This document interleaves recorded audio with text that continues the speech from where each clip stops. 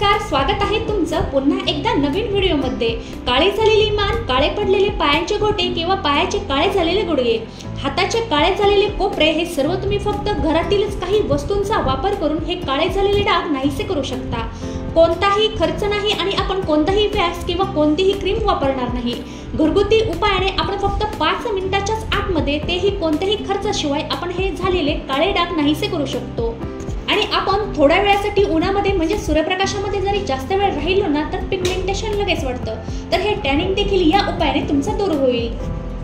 आजचा हा video interesting होणार आहे, त्यासाठी कुठेही व्हिडिओ स्किप न करता पूर्ण पहा आणि आवडल्यास तुमच्या मित्रमैत्रिणींसोबत हा व्हिडिओ नक्कीच शेअर करा। आता सर्वात अगोदर आपल्याला हा घरगुती उपाय करण्यासाठी आपल्याला इथे लिंबू पाहिजेत। तर इथे मी 3 मोठ्या आकाराचे लिंबू घेतलेले आहेत आणि हा उपाय करण्यासाठी शक्यतो तुम्ही मोठ्याच आकाराचे इथे लिंबू घ्या।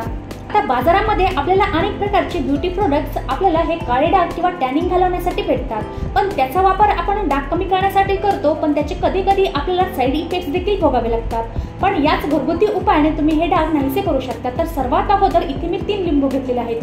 तुम्ही तुमच्या अंदाजानुसार इथे लिंबाचा वापर कमी जास्त करू शकता आणि एक एक करून अशा प्रकारे हे लिंबू कट करून घ्यायचं आहे। लिंबू कट करून घेतल्यावर या लिंबाच्या आतमध्ये ज्या बिया आहेत ना ते बाहेर काढून घ्यायच्या आहेत। आपण शरीराच्या इतर भागांकडे आपण नेहमीच लक्ष देतो, पण असे काही भाग आहेत की आपण त्याकडे नेहमीच दुर्लक्ष करतो, जसं की गुडघे, पायाचे घोटे किंवा कोपरे, हाताचे किंवा मान, गळा असे काही भाग आहेत, आपण त्यांच्याकडे नेहमीच दुर्लक्ष करतो आणि आपण हलकीशी साबण लावून याच्याकडे दुर्लक्ष करतो, पण जेवढं पाहिजे तेवढं त्याची साफसफाई केली जात नाही आणि तेवढी त्याची स्वच्छता न केल्यामुळे मग काय होतं, मान आणि गळा किंवा गुडघा काळवंडला जातो।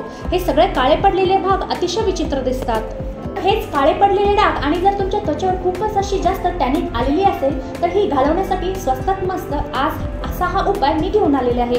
कोणताही खर्च नाही, अगदी कुणीही करू शकेल इतका हा सोपा उपाय आहे। पहिल्यांदाच तुम्ही जर केला तर तुम्हाला 100% रिझल्ट तुम्हाला जाणवणारच आहे। सर्व लिंबू मी कट करून घेतल्यानंतर इथे मी साखर घेतलेली आहे, पण साखर पूर्ण अशीच न घेता मिक्सरला हलकीशी थोडीशी जाडसर अशी फिरून घेतलेली आहे। साखर आपल्याला इथे अशीच घ्यायची आहे। ही साखर इथे स्क्रबरचं काम करणार आहे। साखर घेतल्यानंतर आपल्याला इथे मध घ्यायचा आहे। आता मध तर प्रत्येकाच्या घरी असतोच, तर या मधामध्ये हायड्रेटिंग गुणधर्म असतात। त्वचेवर मध लावल्यामुळे काय होतं, काळे डाग निघण्यास मदत होते, शिवाय आपली त्वचा मऊ बनते व त्वचेत उजळपणा देखील येतो। आता हाच मध जर तुम्ही रोज नियमितपणे जर चेहऱ्यावर लावला तर तुमचा चेहरा देखील उजळण्यास मदत होते। आता पुढचं साहित्य घेतलेलं आहे ते आहे कोलगेट। तर इथे मी कोलगेट घेतलेलं आहे। आता तुम्हाला पाहिजे तर तुम्ही ते तुमच्याकडे जे टूथपेस्ट अवेलेबल आहे ते तुम्ही इथे वापरू शकता। आता पाहिलं ना, सर्व साहित्य आपल्या घरातलंच आहे, बाहेरून काहीच आणण्याची गरज नाही, कोणताही पार्लर किंवा कोणताही वॅक्स किंवा कोणतीही क्रीम लावण्याची गरज नाही। या साहित्यामध्ये तुम्हाला काळपटपणा कसा घालवायचा हे मी तुम्हाला लाईव्ह दाखवणार आहे आणि यापासून आपल्याला कोणताही साईड इफेक्ट होणार नाही। आता सर्वात अगोदर हा उपाय करण्यासाठी हे कट केलेलं लिंबू घ्यायचं आहे आणि त्याच्यावर हा थोड्याशा प्रमाणात मध टाकायचा आणि मध टाकल्यानंतर आपण जी साखर बारीक करून घेतलेली आहे ती साखर यावरती टाकायची आहे आणि नंतर थोडंसं कोलगेट यावरती लावून घ्यायचं आहे। आता हा उपाय तुम्ही काळे पडलेले गोटे किंवा काळे झालेले गुडघे किंवा मान किंवा गळेवर देखील किंवा हाताचे कोपरे काळे झालेले असतील तर त्याच्यावर देखील हा उपाय तुम्ही करू शकता।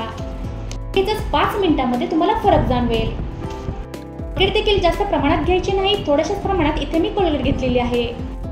आता हातावरचं मी तुम्हाला लाईव्ह टॅनिंग काढून दाखवणार आहे। उन्हामध्ये म्हणजे सूर्यप्रकाशामध्ये जास्त वेळ राहिल्यामुळे पिगमेंटेशन म्हणजे टॅनिंग वाढतं, तर हे टॅनिंग तुम्हाला 5 मिनिटांमध्ये कसं निघतं ते लाईव्ह तुम्ही पहा।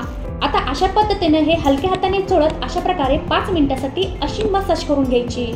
जास्त जोरात देखील चोळायचं नाही, हलक्या हाताने याची मसाज करून घ्यायची आहे। तुम्हाला लगेचच 5 मिनिटांमध्ये फरक जाणवेल। हाच प्रयोग तुम्ही गुडघ्यावर, मानेवर किंवा कोपऱ्यावर देखील, हाताच्या कोपऱ्यावर देखील करू शकता।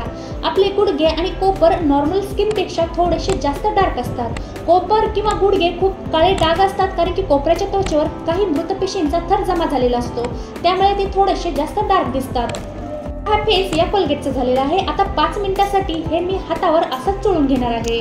आपण थोड्या वेळासाठी जरी बाहेर गेलो ना तेवढ्या वेळेसाठी आपलं काय होतं, आपल्या शरीराचा जेवढा भाग कपड्याने झाकलेला राहतो ना तेवढा भाग चांगला राहतो, त्याला काहीही फरक पडत नाही आणि जो उघडा राहतो तो थोडासा काळवंडलेला राहतो।